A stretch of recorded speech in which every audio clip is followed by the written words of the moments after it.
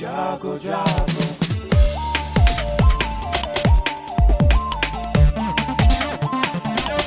Radio जागो जागो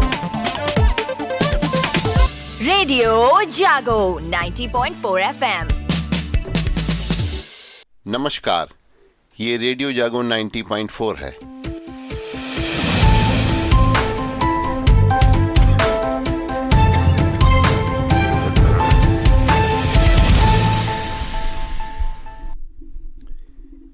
ये रेडियो जागो है और आप सुन रहे हैं रेडियो जागो 90.4 FM से अभय शंकर गौड़ से आज की हलचल।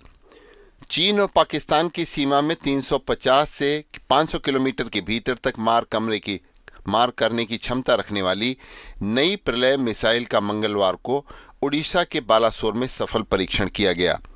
सतह से सतह पर मार करने वाली यह छोटी दूरी की बैलिस्टिक मिसाइल रक्षा अनुसंधान एवं विकास संगठन ने विकसित की है। उड़ीसा तट के निकट अब्दुल कलाम द्वीप से सुबह 9:30 बजे हुए परीक्षण में प्रलय ने सभी अपेक्षाओं को सफलतापूर्वक पूरा किया। दीपावली पर पटाखों को लेकर सुप्रीम कोर्ट ने स्पष्ट किया है कि पटाखों में प्रतिबंधित रसायनों के इस्तेमाल के खिलाफ उसके पहले के निर्देश सिर्फ दिल्ली एनसीआर नहीं बल्कि पूरे देश के लिए हैं।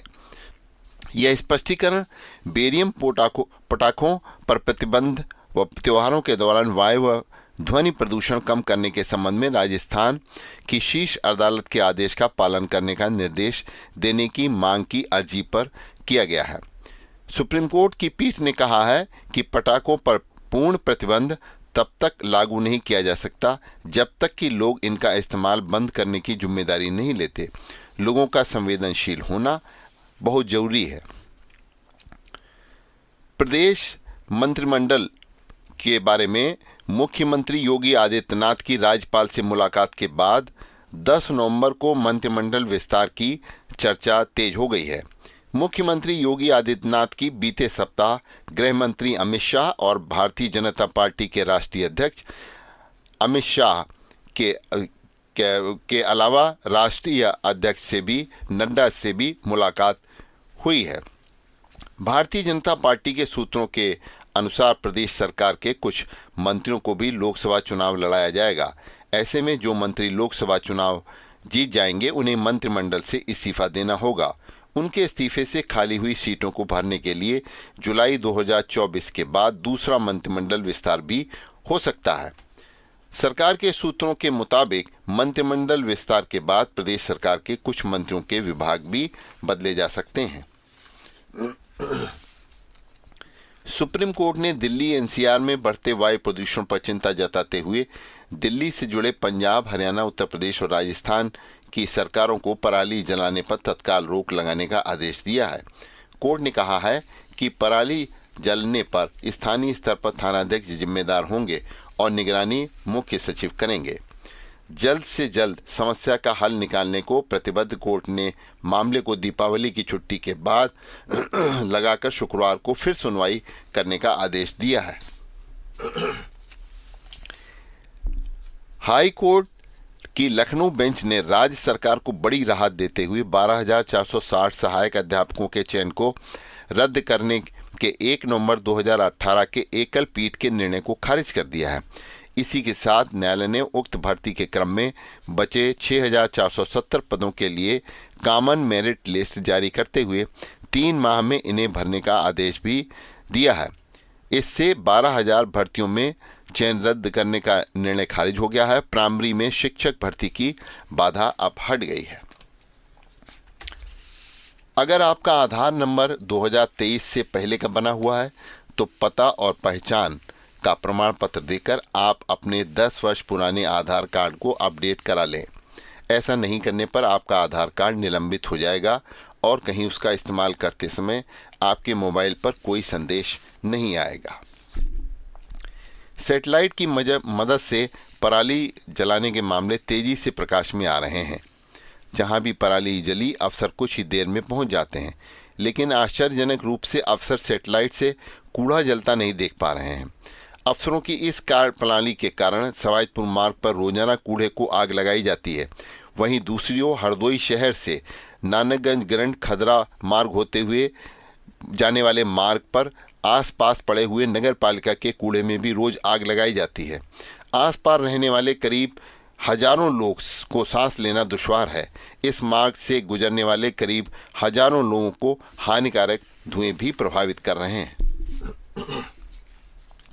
दीपावली पर मिट्टी के दिए और गणेश लक्ष्मी का पूजन बेहद शुभ माना जाता है। लोगों को अभी भी मिट्टी का दिया व लक्ष्मी गणेश की मूर्ति को ही प्राथमिकता देना अच्छा लगता है। मिट्टी व गोबर के दियों से दीपावली घर पर रोशन होंगे। इस बार मिट्टी व गोबर के दिया व लक्ष्मी गणेश की मूर्ति बनाने में स्वावलंबन का भी रास्ता निकला है। हरदोई के कारागार में बंदियों और स्वयं सहायता समूह की महिलाओं की ओर से दियों को बनाया जा रहा है। इनकी बिक्री के लिए स्टॉल लगाए जा रहे हैं। दीपावली पर अभी भी मिट्टी के दिया और गणेश लक्ष्मी के पूजन में वरीयता दी जाती है। प्रख्यात चिकित्सक और समाजसेवी रहे डॉक्टर एस माहेश्वरी की 6वीं पुण्यतिथि पर निःशुल्क जांच व स्वैच्छिक रक्तदान शिविर लगेगा। डॉक्टर एस माहेश्वरी मेमोरियल सेवा फाउंडेशन के सचिव आशीष माहेश्वरी ने इसकी जानकारी दी है। फाउंडेशन के अध्यक्ष डॉक्टर सीपी कटियार ने बताया कि फाउंडेशन के माध्यम से समाज के जरूरतमंद परिवारों के लिए निःशुल्क चिकित्सा जांच शिविर का आयोजन भी किया जाएगा। हरदोई के मेडिकल कॉलेज में तो सारी आधुनिक मशीनें हैं। करीब 5 वर्ष पहले यहाँ डिजिटल एक्सरे मशीन लगी थी। साथ में मैनुअल मशीन से भी एक्सरे किए जा रहे हैं। चिकित्सकों ने मैनुअल मशीन के एक्सरे को देखने से मना कर दिया था। ऐसे में डिजिटल मशीन काम आ रही है। कई महीनों से एक्सरे फिल्म नहीं है। प्रतिदिन 100 से ऊपर मरीज एक्सरे कराने पहुंच रहे हैं। मरीजों को मोबाइल से कंप्यूटर की स्क्रीन एक्सरे की फ़ोटो खिंचवाई जा रही है। जिन मरीजों व तीमारदारों के पास एंड्रॉयड मोबाइल फ़ोन फ़ोटो खींचने के लिए नहीं है, उन्हें एक्सरे रिपोर्ट के बिना बैरंग लौटना पड़ रहा है। मोबाइल से एक्सरे की फ़ोटो खींचकर ले जाने पर चिकित्सक देखने से ही मना कर देते हैं। इससे मरीज को दिक्कतों का सामना करना पड़ रहा है। मेडिकल कॉलेज के प्राचार्य डॉक्टर आर्य देश दीपक तिवारी ने बताया कि एक्सरे फिल्म के लिए लगातार डिमांड भेजी जा रही है। अभी तक फिल्म उपलब्ध नहीं हो सकी है। फिल्म आते ही मरीजों को एक्सरे मिलने शुरू हो जाएंगे। डीएपी खाद न मिलने से गेहूं की बुआई पिछड़ रही है। एक और दीपावली से पहले किसान खेतों में मुख्य फसल गेहूं की बुआई कर फॉगिंग होने की कोशिश में है। दूसरी ओर सरकारी केंद्रों पर डीएपी खाद नहीं होने से बुआई पिछड़ रही है। किसानों का कहना है कि मजबूरन दुकानों पर मनमाने रेट में डीएपी खरीदनी पड़ रही है। वहां भुगतान ज़्यादा वसूला जा रहा है। पीसीएफ, डीसीडीएफ समेत कई 2 केंद्रों पर खाद वितरित की जाती है, लेकिन रबी की मुख्य फसल गेहूं के लिए बीते पखवाड़े से अधिकतर केंद्रों पर डीएपी खाद की उपलब्धता नहीं है। एनपीएस की उपलब्धता से किसान आलू और सरसों की बुआई तो कर चुके हैं, लेकिन डीएपी के लिए रोज केंद्रों पर दौड़ लगानी पड़ रही है। सहकारिता विभाग ने बताया कि डीएपी के लिए डिमांड भेजी गई है, लेकिन अभी जिले पर खाद नहीं पहुंची है। खाद मिलते ही किसानों को ये खाद उपलब्ध भी करा दी जाएगी। बेहंदर विकास खंड के ग्राम सरौली के मूल निवासी विनोद कुमार द्विवेदी को मध्य प्रदेश में हाई कोर्ट का जज बनाया गया है। उनकी इस उपलब्धि पर पैतृक गांव में खुशी की लहर है। जज विनोद कुमार द्विवेदी को मध्य प्रदेश में सिविल जज के रूप में 1994 में पहली तैनाती मिली थी। 6 नवंबर 23 को मध्य प्रदेश हाई कोर्ट के मुख्य न्यायाधीश जस्टिस रवि मालीमठ ने हाई कोर्ट में जज के पद की शपथ उन्हें दिलाई। उनके बड़े भाई प्रभाशंकर द्विवेदी, साकेत द्विवेदी, बड़ी बहन सिया कांति द्विवेदी, भतीजे सूरज द्विवेदी आदि ने इस पर खुशी व्यक्त की है। अभी आप सुन रहे थे रेडियो जागो से हरदोई की हलचल, और आप सुन रहे थे अभय शंकर गौड़ से रेडियो जागो 90.4 एफएम से हरदोई की हलचल। आप खुश रहें, स्वस्थ रहें, आपके सुखमय जीवन की हम कामना करते हैं। आइए सुनते हैं रेडियो जागो 90.4 एफएम से अन्य कार्यक्रम।